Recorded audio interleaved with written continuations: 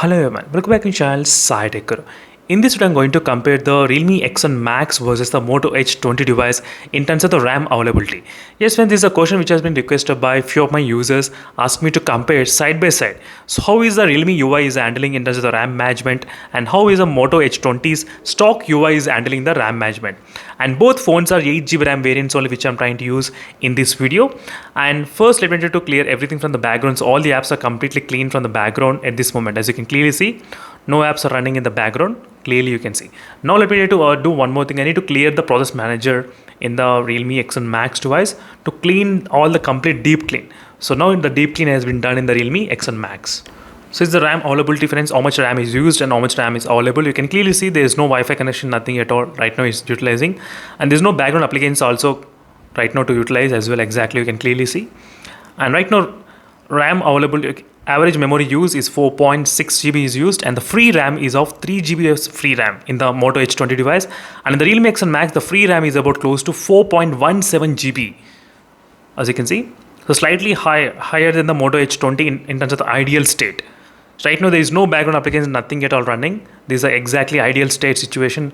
No background apps, nothing. You can clearly see friends the difference. So 1GB is more available in the Realme X1 Max at this moment. Then compare side by side how much it is. So average used is only 47%, average used is 61% in the Moto H20 device. Now let me try to do the final thing. Let me try to restart the phone. Let's see if you restart the device whether it can change anything or not. That's what. So it's kind of 3GB, it's kind of 4GB RAM availability, free RAM. That's what I'm going to concentrate. Let's see after the restarting the device whether we can actually get any kind of difference in terms of RAM availability or not.